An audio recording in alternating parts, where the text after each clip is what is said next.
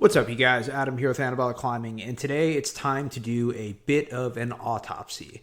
With the first annual Enhanced Games in the rearview mirror, let's talk about the overall impact. Let's talk about performance-enhancing drugs' places in sport. Let's evaluate what happened at the Enhanced Games, and let's talk about what we can extrapolate for anabolic climbing and enhanced climbing going forward. So, if you guys like these kind of breakdowns of performance-enhancing drugs and things outside of climbing, hit the like, subscribe, and alert bell. Helps the channel out tremendously. And I'd also love to hear your opinions on this. So, let's do a little bit of table dressing, right? The Enhanced Games were basically billed as, we're going to be juiced to the gills, anything goes. We're going to go ahead and let these athletes use whatever they want. We're going to smash world record after world record after world record. And, that didn't happen. There was one record that was beaten by 0.07 seconds, and it was kind of a dud. There's a lot of reasons for this, but I want to do some, table dressing first. While the majority of, only one record was broken, and the majority of the performances were pretty meh, a lot of those athletes had been juiced for a while. Let's talk about that. As it relates to the deadlift in particular, we both know that Mitchell Hooper and Hafthor Bjornsson have been juiced to the gills for a while. And while they haven't hit in 515 kgs as a deadlift, the 510 kg deadlift was not natural. No one claims that it was. And, it's a bummer on the spectacle, but it'd be like that. Number two, the PEDs involved did change performances. 22 athletes hit personal bests, some of which pretty sizable, and that merits some sort of response. Sure, could you take these guys that were potentially past their prime or not in peak athletic performance and juice them to the gills and hit world records? No. But, if you're able to take a guy 5 to 10 years outside of his peak competition form and return them to hitting all-time bests, that's respectable, man. Next up, as bad as everything was, particularly for a lot of the speed sports, I do want to start criticizing some of the protocols. If you've seen some of my other videos on this on the channel, this is not going to come as a surprise. But going through the interviews, hearing folks leaning on things like growth hormone and testosterone as opposed to things like cardarine, meldronium, SLU-PP332, EPO, is a colossal mistake. And to really give you guys an understanding of what it looks like when folks are very sophisticated as it relates to their PED protocols, look at what Lance Armstrong and the bikers are doing, right? Yeah, they're using test. Yeah, they're using EPO. These guys are looking at every possible vector to run in order to shave time off and increase performance. And I don't know if the athletes involved on their own were sophisticated enough on the drug stuff. And I also don't know how much the staff of the Enhanced Games, being a glorified TRT clinic, was hands-on enough to really be moving the needle here. And that's a shame. I do think that given the money that they had being backed by Peter Thiel, they could have easily subbed in Gregory Rodchenkov to ask him for some stuff. And, it's not like you can't get a hold of Lance Armstrong to talk about some of the PED protocols that they use. These people are around, but it was a letdown for sure. One of the other things that I want to talk about is also a little bit of the sports that are involved. These guys made the event. They could have kept this to weightlifting only, and that would have probably been fine.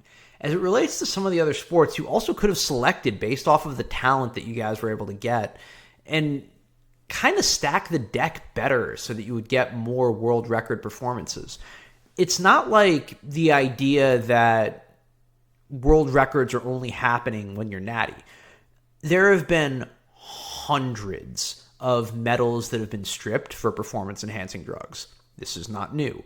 Just to give you a couple of scandals that have led to countless, we had 14 gold medals stripped from Sochi in the Russian doping scandal. We had the Bulgarian weightlifters who have records that I think stand till this day. The entire sport of cycling all tested positive for years at a clip. The Balco scandal. we are acutely aware of doping's impact in competitive sports. The fact that the enhanced games weren't able to pull this out is really a matter of talent rather than a question of pharmacokinetics and pharmacology. And the other side of it is like, it also shows how many folks in the Olympics are also juiced to the gills. If you wanted to see what it looks like when folks just dope at the elite level, that's what the Olympics is. Next up, I kind of want to touch on this a bit from personal experience, but I do think that it needs to be said, particularly coming from me as a PED enthusiast. And that's that a lot of the peptides are pretty overrated, if I'm being honest.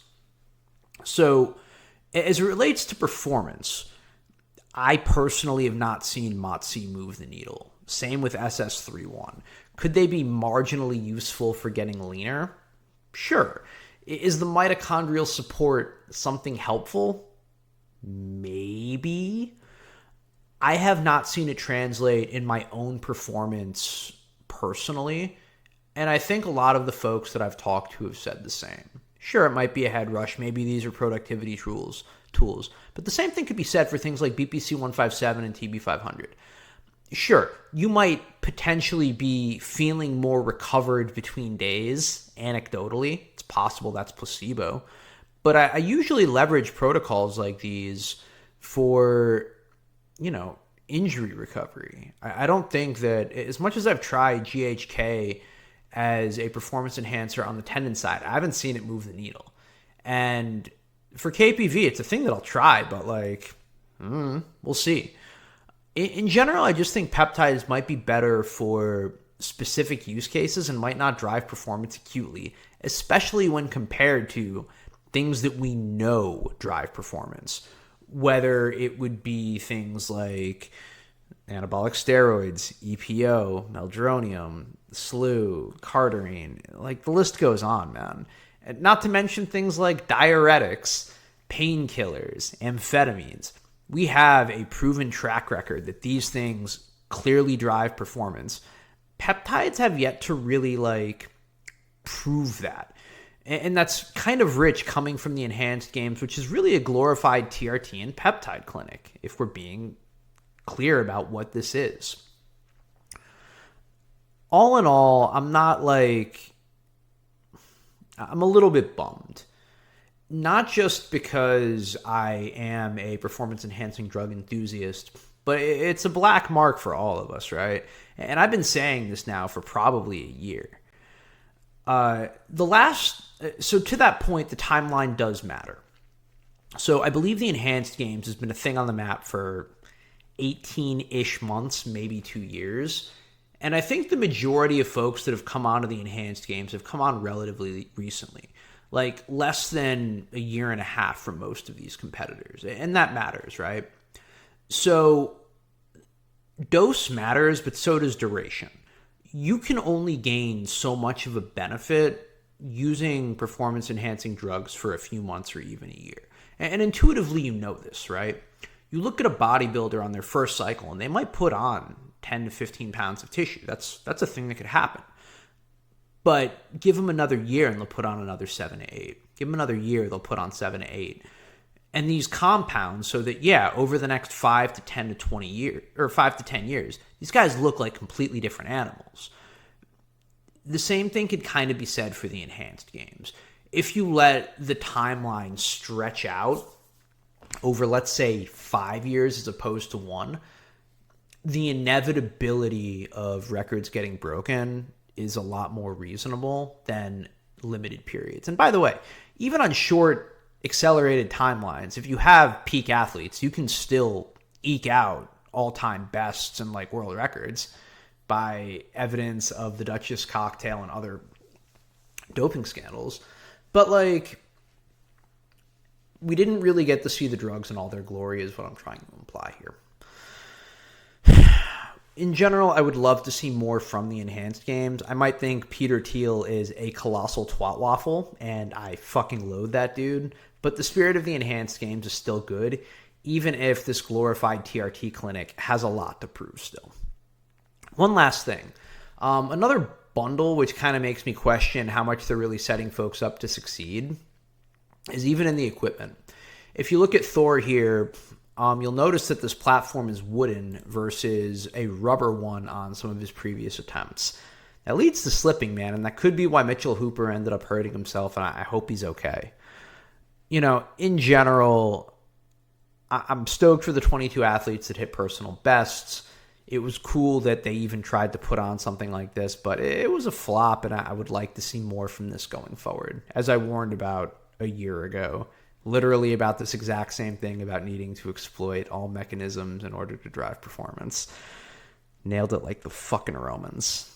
Anyways, guys, that's all for today. I appreciate you as always. I'm Adam with Anabolic Climbing, doing a slightly odd non-climbing video. Wishing you guys good luck, happy lifting and sending, and I'll see you in the next one. Take care.